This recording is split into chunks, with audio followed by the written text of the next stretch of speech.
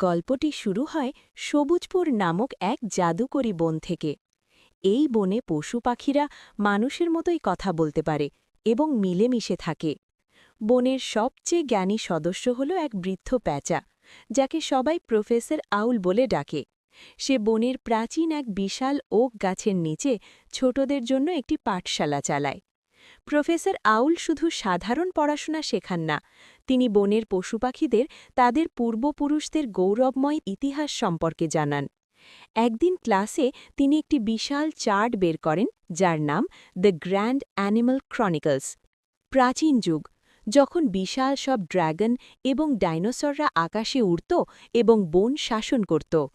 সভ্যতার শুরু, কিভাবে হাতিরা মিলেমিশে পিরামিডের মতো বিশাল স্থাপত্য তৈরি করেছিল।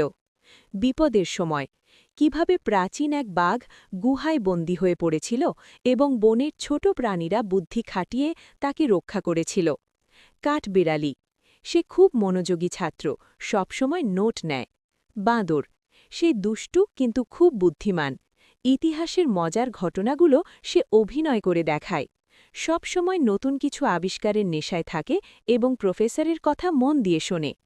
প্রফেসর আউল যখন প্রাচীন দুর্গের কথা বলছিলেন, তখন ছোট কাঠবিড়ালিটি খেয়াল করে যে ম্যাপে দেখানো সেই পুরনো দুর্গটি আসলে তাদের বনের এক কোণে ঘন লতাপাতায় ঢাকা অবস্থায় এখনও আছে।